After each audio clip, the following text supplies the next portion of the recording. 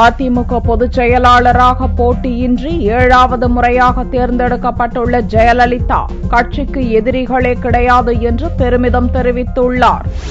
5 ஆண்டுகளுக்கு ஒருமுறை அதிமுக பொதுச் செயலாளர் தேர்தல் நடப்பது வழக்கம். இதற்கான அறிவிக்கையை தேர்தல் அதிகாரியான விசாலாட்சி நெடுஞ்செழியன் வெளியிட்டு வேட்பு மனுக்களையும் பெற்றார். தமிழக முதல்வரும் அதிமுக பொதுச் செயலாளருமான ஜெயலலிதாவுக்காக கட்சியினர் போட்டி போட்டு மனு தாக்கல் செய்தனர். விநாயகர் சதுர்த்தியான வெள்ளியன்று தேர்தல் நடந்து அன்றைய தினமே முடிவுகள் அறிவிக்கப்படும் என்று அறிவிக்கப்பட்டிருந்தது. ஜெயலலிதாவை எதிர்த்து யாரும் மனு தாக்கல் செய்யாத நிலையில் போட்டியின்றி தேர்ந்தெடுக்கப்படுவதாக தேர்தல் அதிகாரி விசாலாட்சி நெடுஞ்செழியன் அறிவித்து அதற்கான சான்றை ஜெயலலிதாவிடம் வழங்கினார்.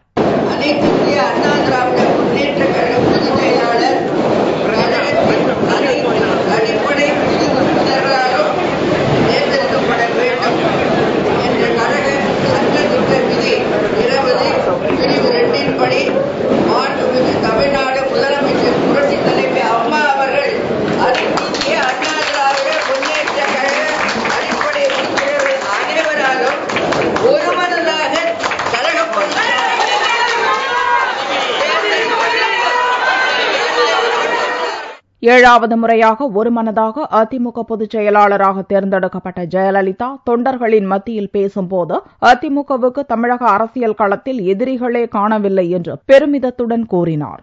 நீங்கள் அனைவரும் ஒருமனதாக என்னை கழக பொதுச் செயலாளராக தேர்ந்தெடுத்ததற்காக எனது நெஞ்சார்ந்த நன்றியினை முதற்கண் தெரிவித்துக் கொள்கிறேன்.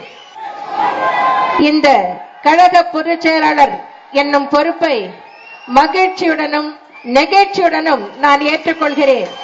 இந்த 26 ஆண்டு காலத்தில் கழகம் பிரமிக்கத்தக்க வளர்ச்சியை அடைந்துள்ளது. அண்மையில் நடந்து முடிந்த நாடாளுமன்ற மக்களவை பொதுத் தேர்தலில் இனி யாரும் முறியடிக்க முடியாத ஒரு வரலாற்று சாதனையை நாம் படைத்திருக்கிறோம். இன்று அரசியல் களத்தில் எதிரிகளையே காணவில்லை. நம்முடைய பகைவர் எங்கோ மறைந்தார்.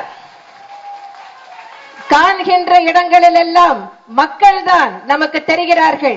தன்னை ஒருமனதாக தேர்ந்தெடுத்த கட்சியினருக்கு ஜெயலலிதா நன்றி தெரிவித்துக் கொண்டார். இதைத் தொடர்ந்து கட்சி நிர்வாகிகள் முதல்வருக்கு பூங்கொத்து கொடுத்து வாழ்த்து தெரிவித்தனர்.